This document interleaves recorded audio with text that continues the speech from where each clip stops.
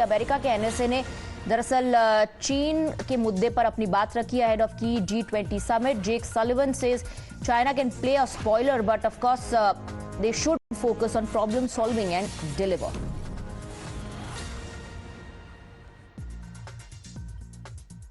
If China wants to come in and play the role of spoiler, of course that option is available to them.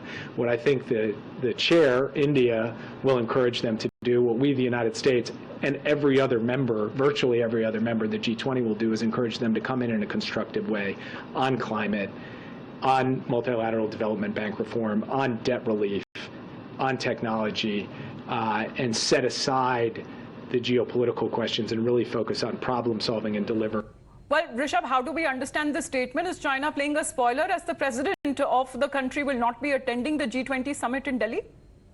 Well, there is much more to the to what meets eye in this whole statement. Remember, U.S. is looking at World Bank reform, which China is not very keen to. And U.S. was expecting that on sidelines of G20, President Biden will meet President Xi and discuss the World Bank reforms that U.S. has been pushing for. But now China has backed out. They are not coming here to Delhi at the presidential level, and only the Chinese premier will be representing China. So that is something that hasn't gone down well with U.S. as well. And that is the reason that such statements are coming in from United States. And U.S. is very clear that G20 is a forum where the heads of state should have come.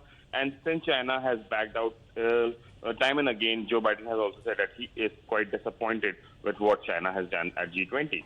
Absolutely. That, in fact, was the reaction that came in from the president of America upon learning that the Chinese president won't be participating. He said he's disappointed. But this is very interesting now. You know, nation after nation realizing how China, in fact, has backed out from the G20 summit. Well, definitely. If you see, at the last moment, China has backed out and stating that there is no reason for Xi Jinping not to come. He has attended all the G20 summits in last 1 decade of his tenure, be it in Bali last year or even during the COVID times when G20 was virtual. Xi Jinping was part of the G20 summit. But this time around, he decided to take a step back. It's something that showcases that how China is not ready to support the reforms that the G20 is talking about. All right, Rishabh, please do stay on with us. This is a big statement that is now coming in on the India-China standoff. What the United States has to say on it. Let's listen in. If China wants to come in and play the role of spoiler, of course that option is available to them.